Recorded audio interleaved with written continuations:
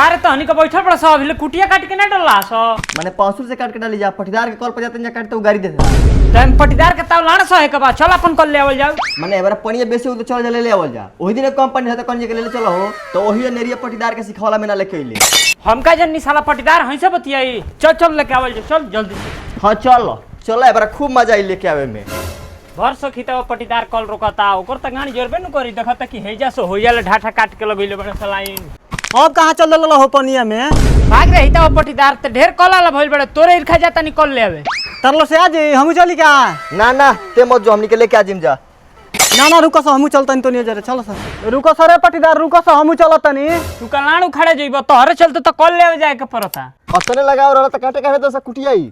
अब बैग रे बुरबक हम ना रोकती तो तोनी के कलवा ले जाई तो सो अब कल से 2 गो कॉल हो जी आराम हो जी काटे में अरे कॉल तो पूरा बुड़ गुल भाई कैसे जाई